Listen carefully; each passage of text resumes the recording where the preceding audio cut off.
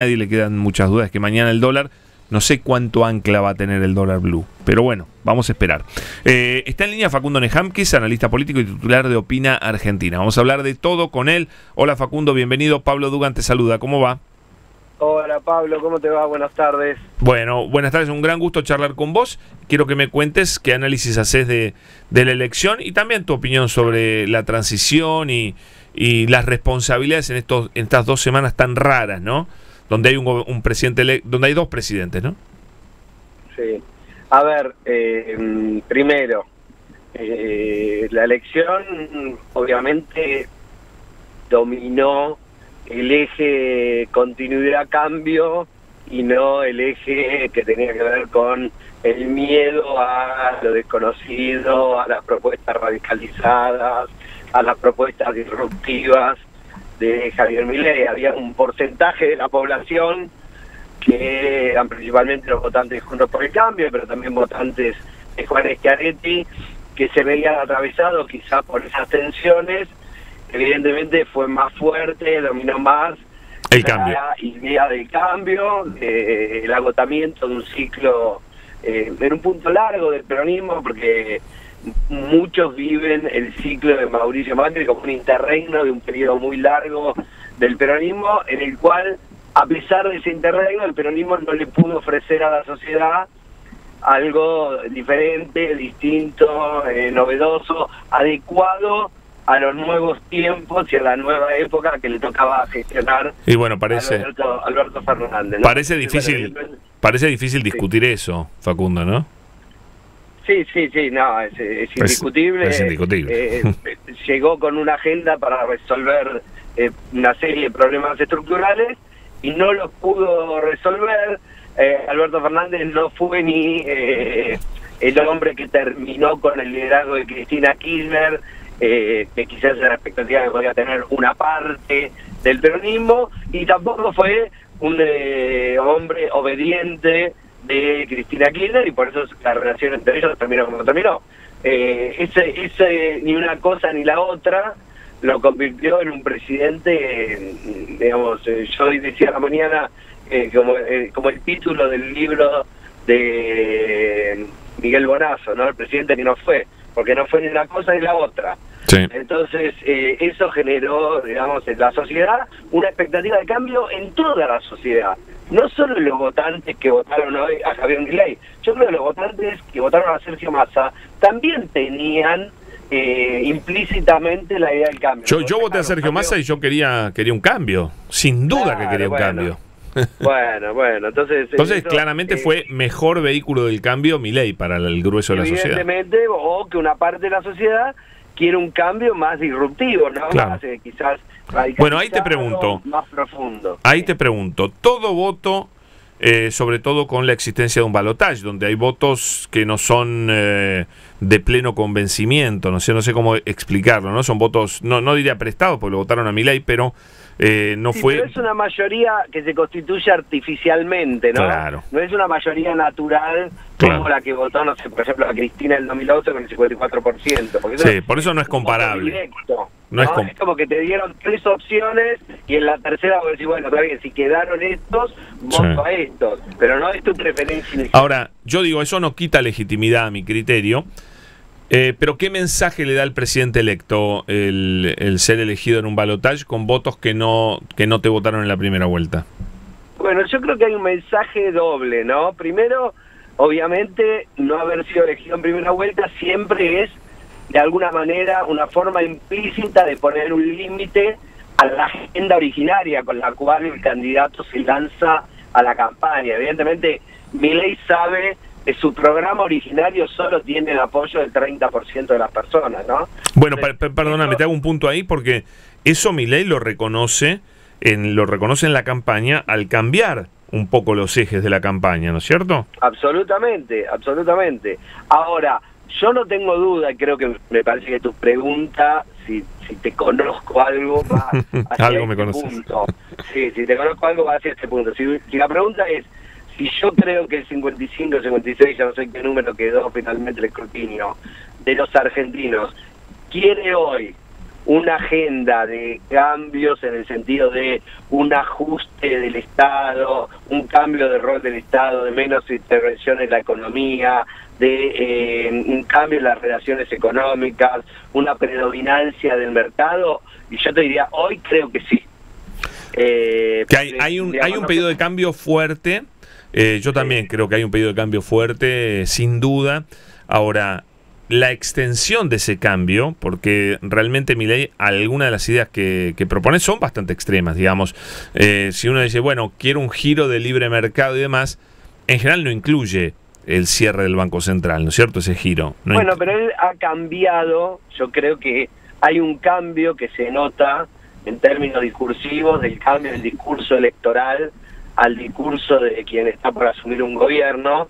Milei ya no habla de dolarización, no. Lo patea el tema se patea para adelante, sí. Ni siquiera le dice que va a levantar el cepo. No, eso ya lo dijo, no lo va a levantar eso. El 10 de No diciembre. habla de destruir el Banco Central y pasarle con un camión por encima, habla de limitar las funciones del Banco Central y sobre todo limitar la función de ser el financista del Tesoro. Es decir, empiezan a cambiar y empieza a parecerse menos a un discurso libertario radicalizado y más a un discurso ortodoxo, muy ortodoxo en términos económicos. Es decir, si Mauricio Macri, interesante, Macri parecía que iba a implementar... Ay, qué pena, que está interesante la charla, se nos cortó justo, pero bueno, ahí lo vamos a recuperar. Interesante lo que está diciendo, porque lo que está diciendo Facundo Nehamkes es que él ve a un Javier Milei que efectivamente va a ser más moderado. No es que no va a hacer cambios, no es que no va a privatizar, después veremos qué, sino que no va a ir al mayor de los extremos de lo que proponía. Sí, Facundo, te escuchamos, se cortó, estaba muy interesante. Te decía que así como Macri no pudo ser completamente ortodoxo en lo económico, que era quizás lo que él más deseaba, creo que Milei tampoco tiene condiciones para ser un libertario radicalizado en lo económico, sí. Y va a ser quizás ortodoxo en lo económico, que no implica que no se hagan un montón de ajustes y de transformaciones y de cambios en la economía. Yo creo que el discurso que él da en el día de ayer, hablando de vuelta de página, de momento fundacional y de cambios profundos, estructurales y rápidos, nos está advirtiendo que viene un cambio de época. Ahora, esto te lo quiero también advertir, Pablo, eso no quiere decir que le va a ir bien y que lo va a poder hacer. Eso es su programa económico y es un programa también no pero está bueno, vamos sí. Paso a paso. El primer paso es, no va a ser el programa más radical del cual habló Javier Milei en cuanto al intento, no va a intentar llegar tan lejos. Ese es el primer punto y yo comparto y es muy interesante. Va a ser una agenda más ortodoxa que libertaria. Perfecto. Aún así, la agenda ortodoxa no es fácil, requiere de acuerdos. Macri no los consiguió. ¿Crees que él sí los va a conseguir? Bueno, a ver, primero, esa agenda para ser llevada adelante requiere de por lo menos 3 aspectos. Uno es legitimidad electoral, él la tiene. Después requiere construir una coalición de gobierno que sostenga ese programa. Eso todavía es una incógnita. Por ahora, su único aliado es una parte de Juntos por el Cambio. Según los cálculos que hacemos nosotros, si la coalición de gobierno es lo que nosotros en la jerga denominamos una coalición violeta, ¿qué significa una coalición violeta? Solo los libertarios de Javier Milei más lo que le puede aportar Mauricio Macri, supongamos unos 80 diputados.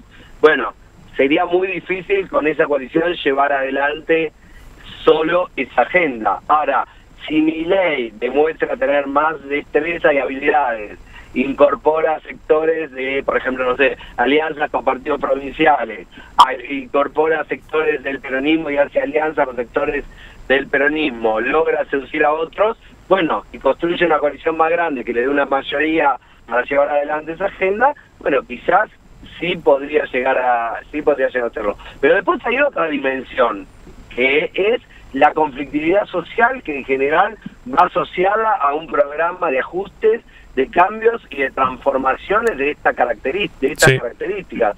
Entonces ahí hay que ver mucho cómo él evalúa esa agenda que va a llevar adelante, cómo prioriza esos cambios y esas transformaciones. Acá viene un tema muy importante, cómo él evalúa y analiza las restricciones, Pablo, para llevar adelante ese programa de cambios y transformaciones, porque lo peor que le puede pasar a un político es no entender las restricciones. Si solo opera con restricciones, no puede hacer nada, porque es el inmovilismo. Ahora, si la niega y que... Perdón, ahí te cito a Alberto Fernández, no mando la ley porque no me la van a votar. No es eso. Claro, no es bueno, por eso... El político que dice, no, todo, no sé, esto no puede hacer nada, sonó. No. Ahora, el político que no se da cuenta de las restricciones se lo mete en un autito chocador. Entonces, por eso, es por el medio, y con mucha maniobra política.